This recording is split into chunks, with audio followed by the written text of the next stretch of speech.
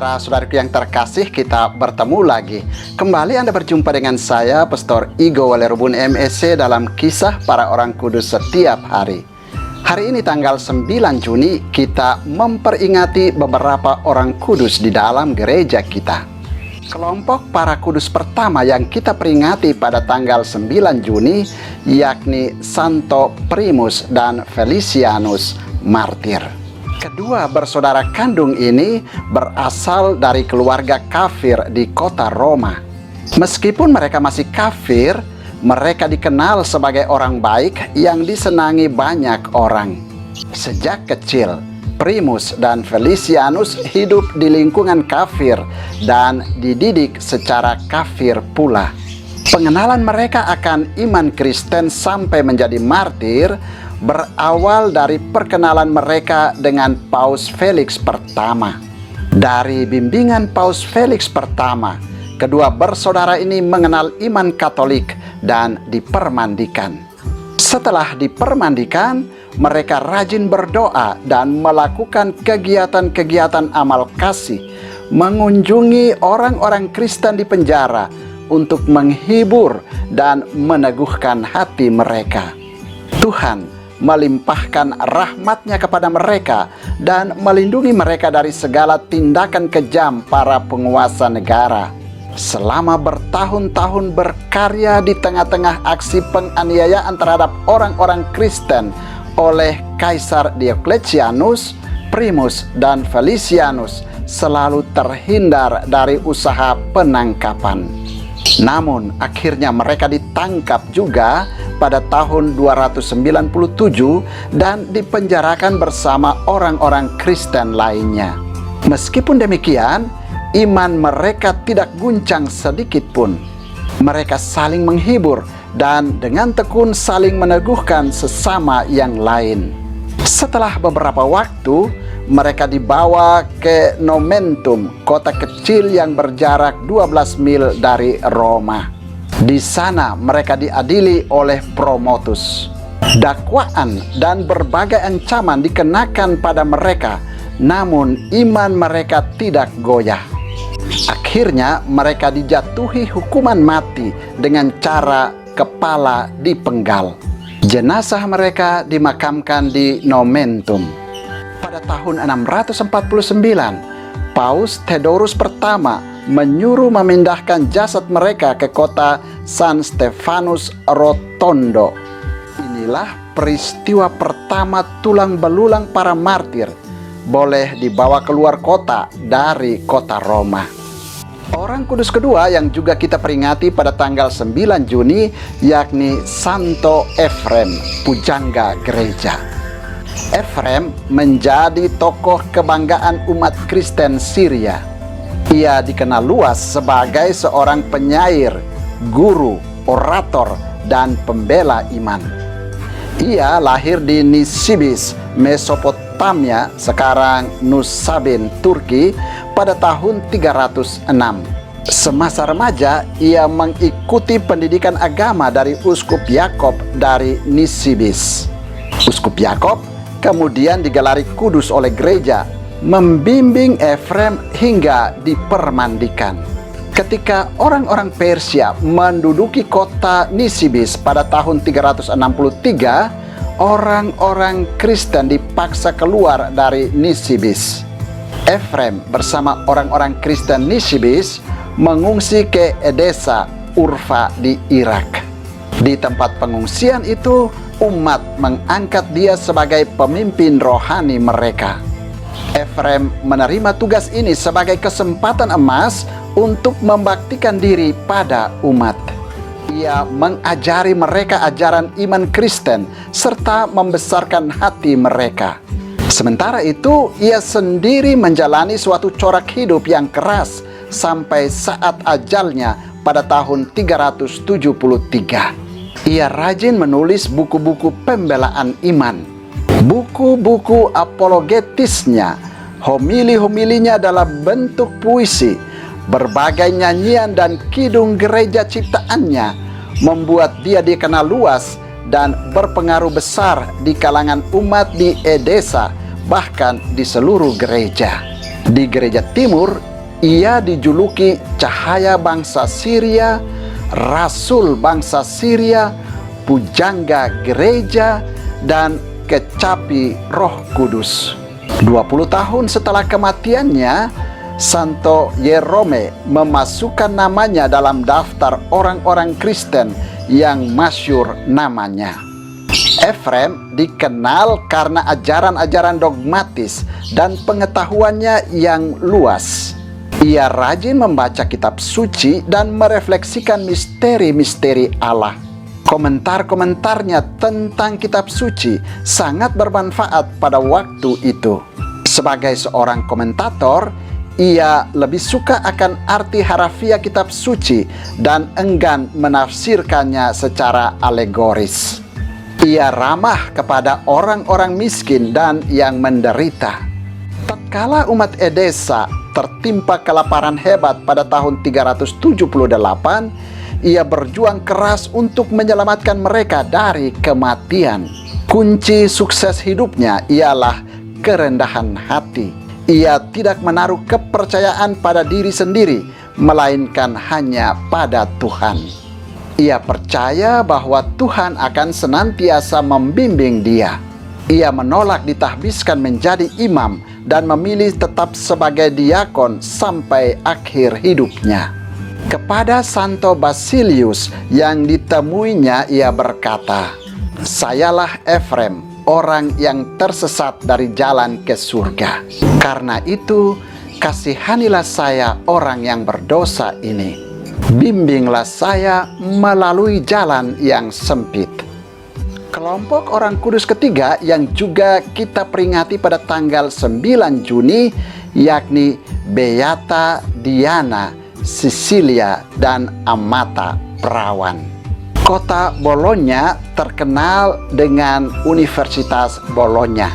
Kota ini menjadi suatu pusat kebudayaan dan ilmu pengetahuan di Italia.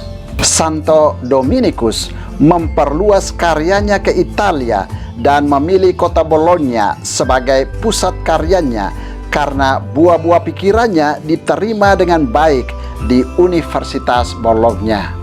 Pada mulanya, karya Dominikus di kota ini tidak terlalu berhasil. Banyak rintangan menghadang, terutama karena Tuan Andalo, seorang tuan tanah yang berkuasa di Bologna, tidak suka pada agama Kristen. Meskipun demikian, Dominikus tidak berputus asa.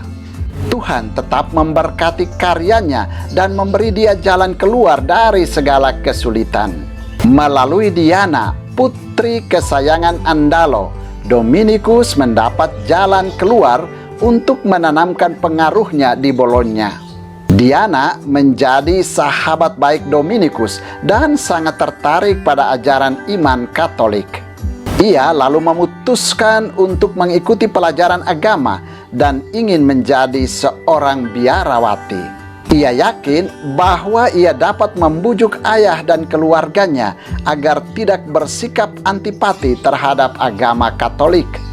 Kecuali itu, ia merasa yakin sekali bahwa ayahnya akan bersikap lunak dan akan membantu mendirikan sebuah biara Dominikan di kota Bologna.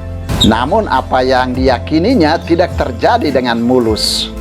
Tatkala ia memberitahukan kepada ayahnya dan seluruh anggota keluarganya tentang niat sucinya untuk menjadi seorang biarawati, ia dimarahi dan cita-citanya ditolak mentah-mentah.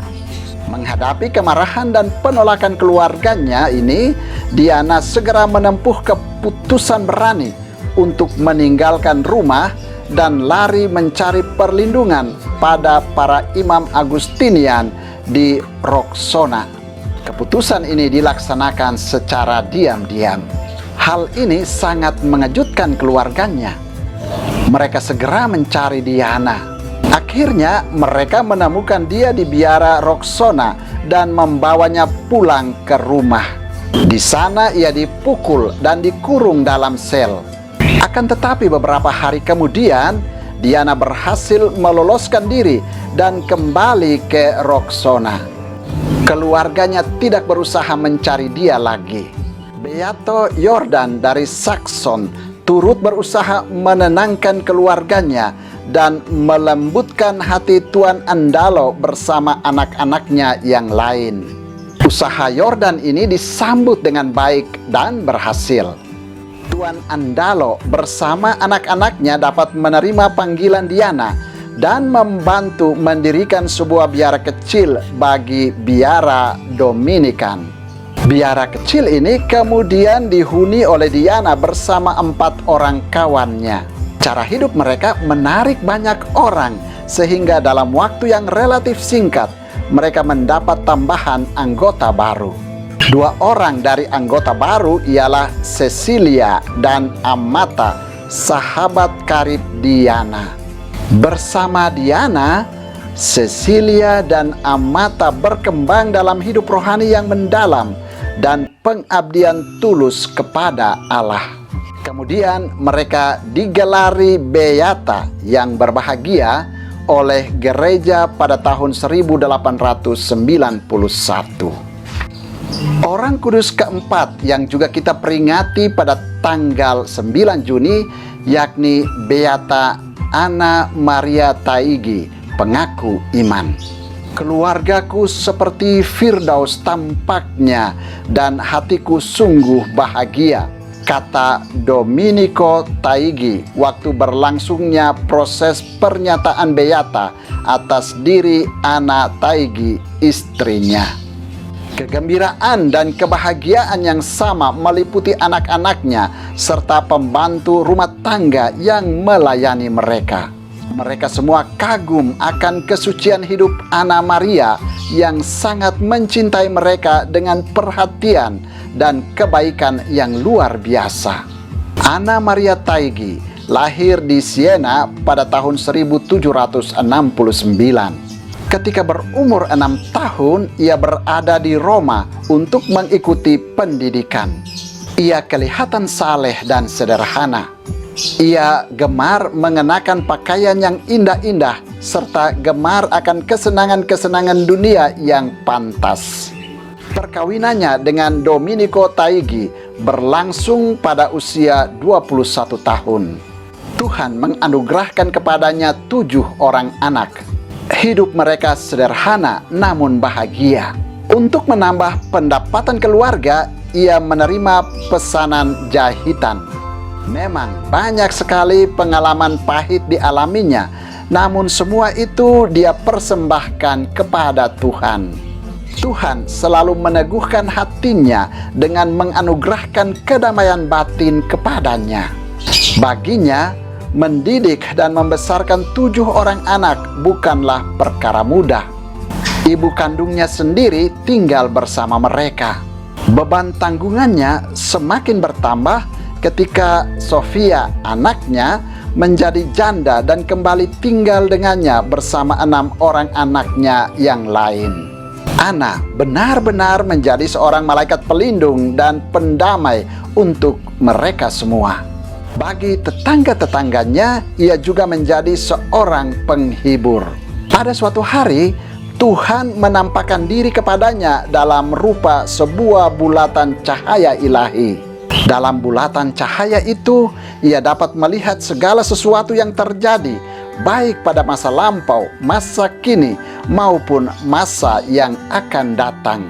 Tuhan pun menganugerahkan kepadanya kemampuan mengenal keadaan batin orang lain dan mengetahui nasib orang lain.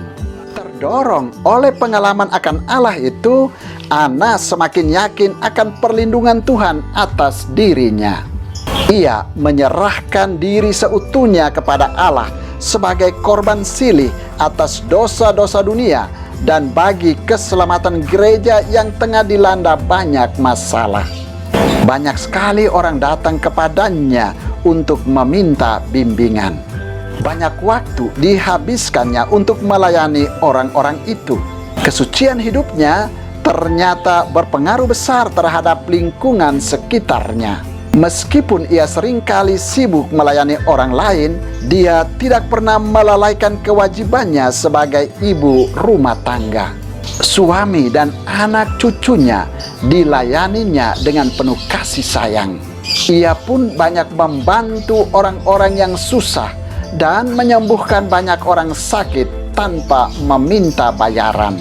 Anna Taigi digelari beata bukan karena penglihatan ajaib yang dialaminya, tetapi karena kebaikan hati, kemiskinan, kerendahan hati, serta kerelaannya untuk menderita bagi jiwa-jiwa.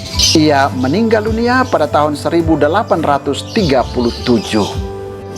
Saudara, demikianlah para orang kudus yang kita peringati pada tanggal 9 Juni, yakni Santo Primus dan Felicianus martir, Santo Efrem pujangga gereja, Beata Diana Cecilia dan Amata perawan, dan Beata Anna Maria Taigi pengaku iman. Santo Primus, Santo Felicianus, Santo Efrem, Beata Diana, Beata Cecilia, Beata Amata, Beata Anna Maria Taigi, doakanlah kami. Tuhan memberkati.